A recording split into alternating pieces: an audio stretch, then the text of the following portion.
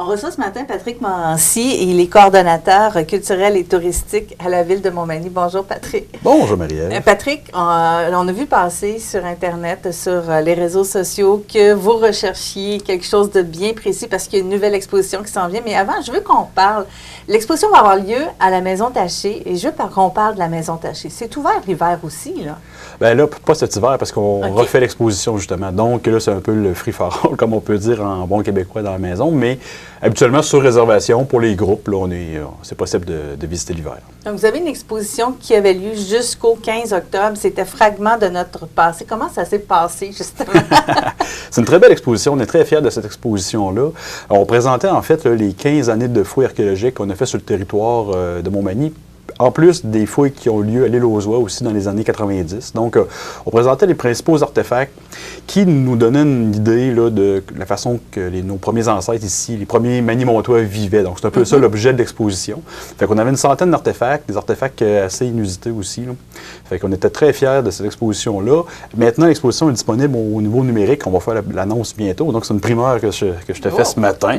Donc, l'exposition sera disponible en ligne. Mais c'est sûr qu'on n'a pas les objets. C'est toujours intéressant d'avoir les objets là, tout près de nous, là, mais quand même, on a des très belles images des objets aussi. Bien, merci pour l'information, Patrick. Il y a aussi l'exposition qui est tout le temps là, qui parle justement du Seigneur de la maison. Pas du Seigneur. Pas du Seigneur, du Sire de la maison, pardon. Du Sire de la maison, dans le fond. M. Taché, en fait, la Maison Taché est ouverte depuis 1996, donc là, je calcule pas vite ce matin, mais en tout cas, ça fait quand même quelques années. Elle a toujours eu 2 missions. Donc, la mission d'interpréter la vie et l'œuvre de M. Taché et une mission aussi de présenter des expositions temporaires dans 3 salles de la maison. Donc, c'est dans cette optique-là qu'on présentera dès l'été prochain une exposition sur le hockey à Montmagny. Et ça se prépare pendant un bon bout de temps. Donc, on est en train de préparer ça, justement. Donc, c'est ça, on prépare ça. Mais là, vous avez besoin d'aide. Besoin d'aide, certainement. Donc, cette exposition-là, je la travaille avec Richard Lavoie, qui est ethnologue. Dans le fond, Richard, c'est un collaborateur de longue date. Donc, on veut présenter une exposition qui relate l'histoire du hockey, l'évolution du hockey, puis les hockeyeurs de Montmagny, hockeyeuses. Mais hockeyeuses, là, les dates que je vais te donner, c'est pas tant d'hockeyeuses que ça, connues du moins. Donc, de 1900 jusqu'à 1990. Donc, on veut passer par le début du hockey Montmagny, les premiers lieux de pratique, par exemple, la Rivière-du-Sud, le collège, sur la rue Collin également, il y avait une patinoire. Oui. Il y avait beaucoup de ligues qui jouaient là-dessus. Et jusqu'à l'ouverture de l'aréna des années 1950, les premières ligues locales, après ça, les premières équipes semi-professionnelles. Fait que on veut toucher à tout ça. Donc, il va y avoir beaucoup de photos de famille là-dedans, là, quelque part. Absolument, absolument. On a quand même pas mal de matériel à la Société d'histoire. Du matériel plus iconographique.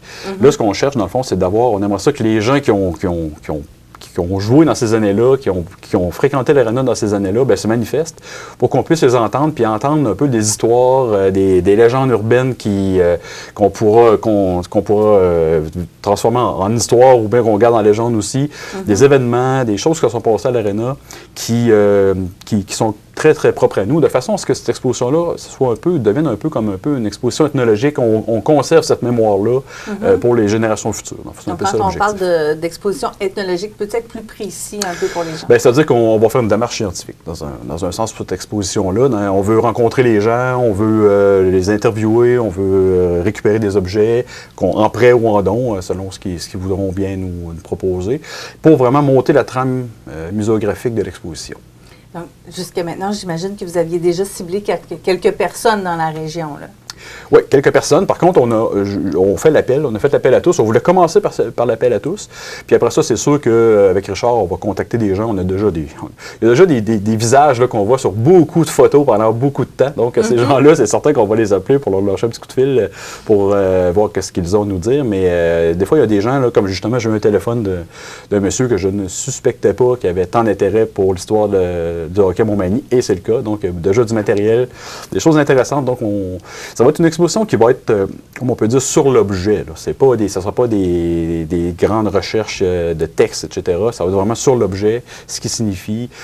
J'aimerais présenter je ne sais pas, notre fameux Claude Charbonneau, qui était quand même une figure emblématique ici du hockey. Bon, ben, est-ce que je peux avoir les gants de Claude Charbonneau, le casque de Claude, ses patins, peut-être présenter des trucs comme ça, là. Donc, j'imagine que vous allez demander, vous demandez aux gens qui se sont impliqués dans le hockey, mais peut-être aussi aux familles qui ont encore ces objets-là, de lever la main et de dire, bien, on est prêt, c'est un prêt, là. C'est un prêt, c'est un prêt ou un don. Des fois, les gens, la Société d'histoire, dans le fond, est partenaire, bien sûr, toujours dans nos projets à la Maison Tachée. Et si les gens font des dons, bien, ce sera un don à la Société d'histoire pour la perpétuité et la conservation de l'objet. Je pense que c'est important de préciser parce qu'il y a peut-être des gens qui ont justement ces objets-là très, très à cœur, qui sont prêts à les prêter, mais pas à les donner nécessairement. Oui. Donc, c'est une façon qui peut se faire. On te rejoint de quelle façon là, pour... Bien, c'est certain que par courriel, c'est toujours plus facile. Donc, pmorancy@ville.montmagny.qc.ca ou au téléphone 248-3361, poste 2145. Et Patrick, il ne faut pas se le cacher. Quand on fait une demande comme ça au public, ça se peut qu'il y ait beaucoup, beaucoup de réponses. Oui. Est-ce que vous n'allez pas nécessairement mettre des objets de tout le monde? Non, c'est certain qu'on fait une sélection d'objets.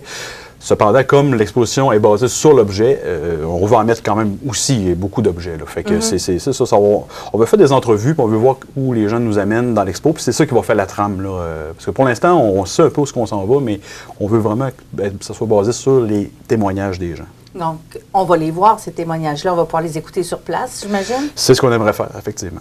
Et est-ce que ça tend aussi vers une possible exposition virtuelle? Bien, c'est certain que, éventuellement, c'est sûr qu'aujourd'hui, les technologies sont tellement plus faciles, plus accessibles, que toutes les expositions qu'on fait, c'est quand même possible de les transformer en virtuel. Puis, c'est certain que ces témoignages-là, moi, je l'imagine, là, avec des écrans, 1 ou 2 écrans, peut-être dans l'exposition, que les gens peuvent choisir, exemple, peut-être un écran sur les événements marquants, un écran sur les personnages marquants, exemple, c'est des choses comme ça. Là.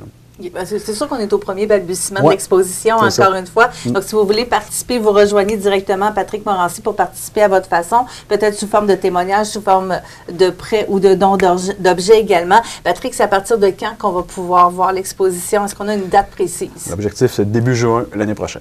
Okay. Puis l'exposition va être présentée, j'imagine, jusqu'à l'automne? Non, on l'a fait sur au moins 2 ans, possiblement 3 ans même.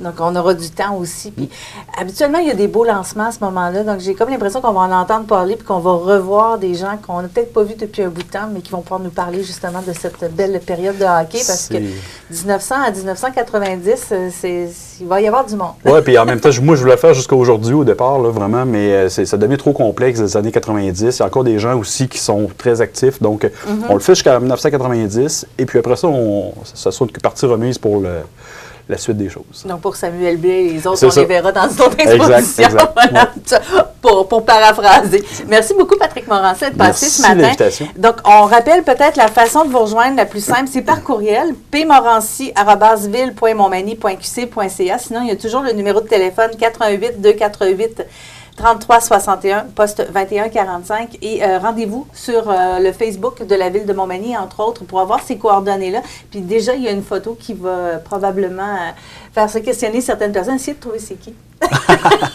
Et ce n'est pas les Canadiens de Montmagny qui sont venus jouer à l'Arena. Voilà. C'est une autre histoire. Merci, Patrick.